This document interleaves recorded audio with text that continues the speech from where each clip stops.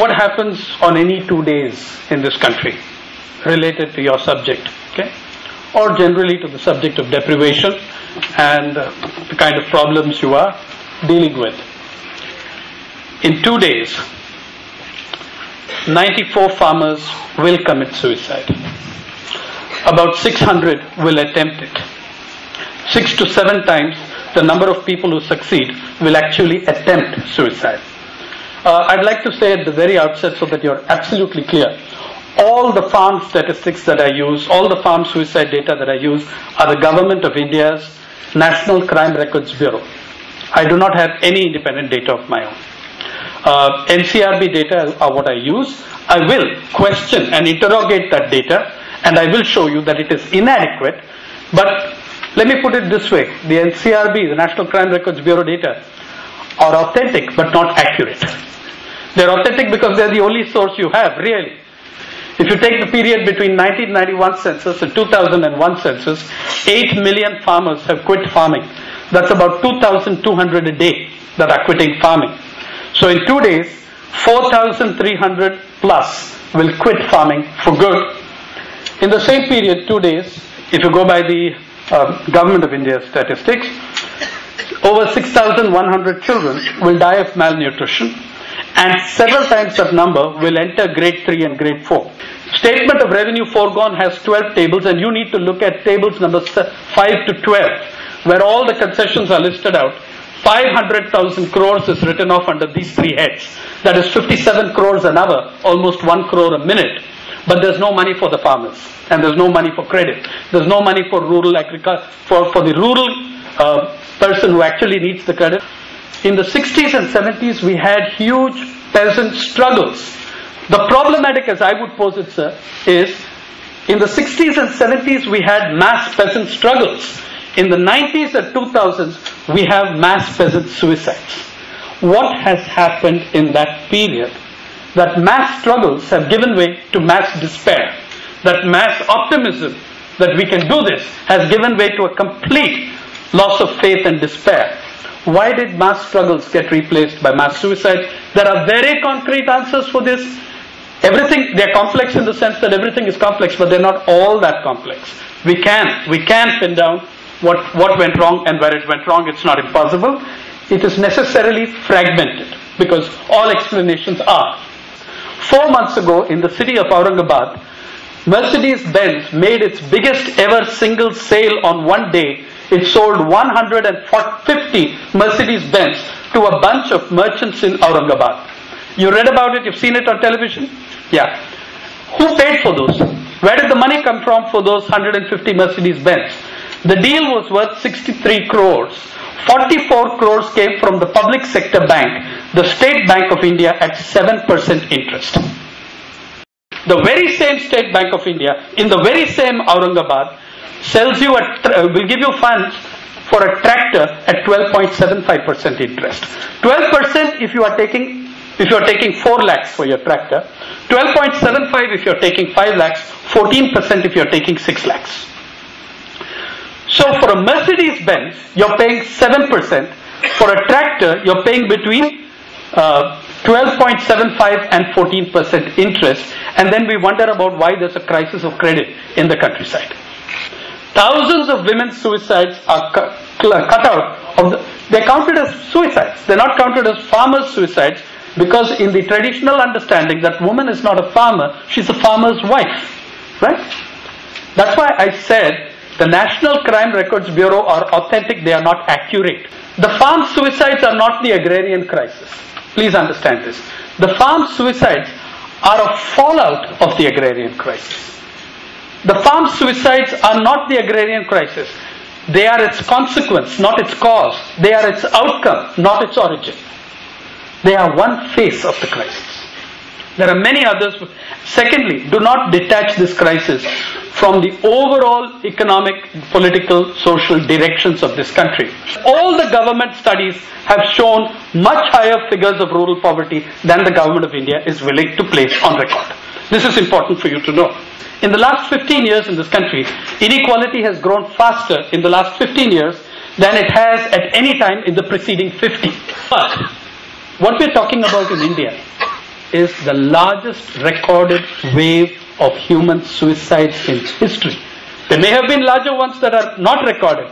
This is the largest wave of recorded suicides in human history in one single occupational group. The farm suicides in the Indian countryside are driven by policy, by a very specific set of policies. I gave you the broad ones. We can go into the specific ones later. If we compare, as I said, the census of 1991 with the census of 2001, 8 million people have quit farming.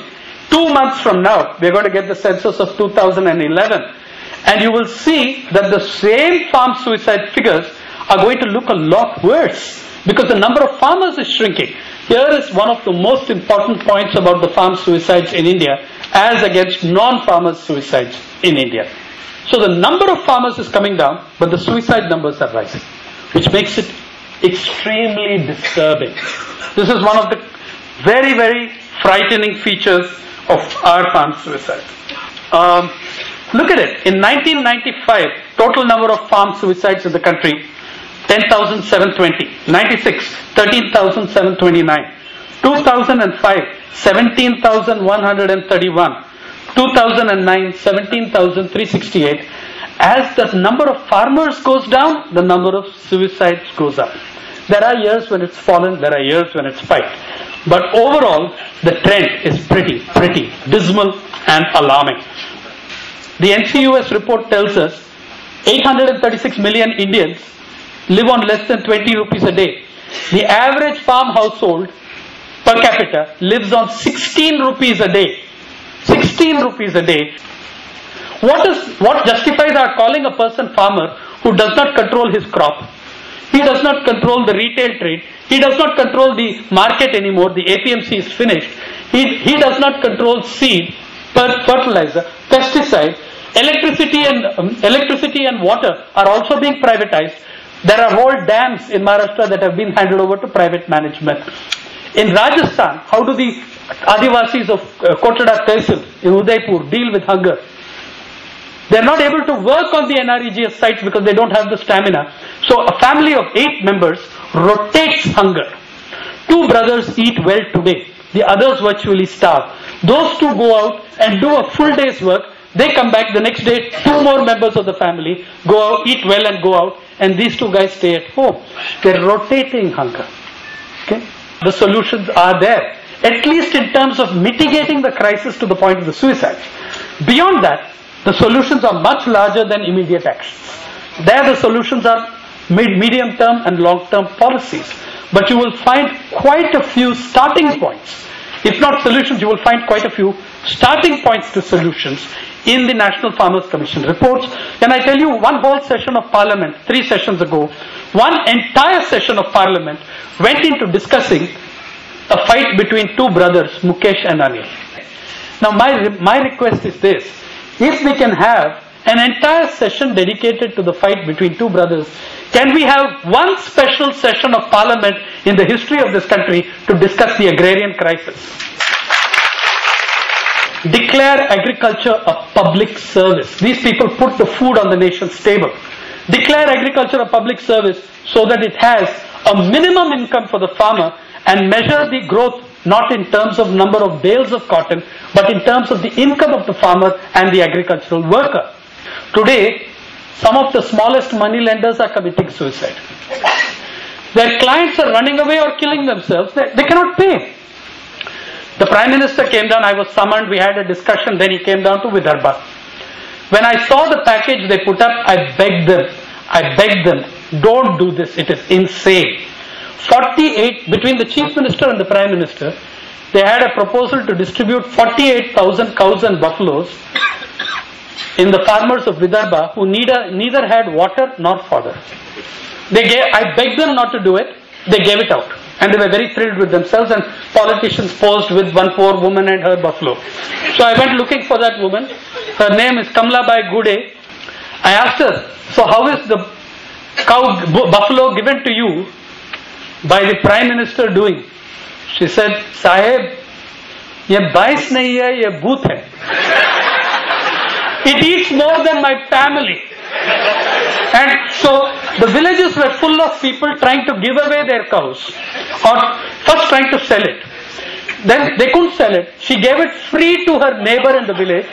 8 days later, the man came back to her doorstep and returned it and said, Kamlabai, you keep the cow.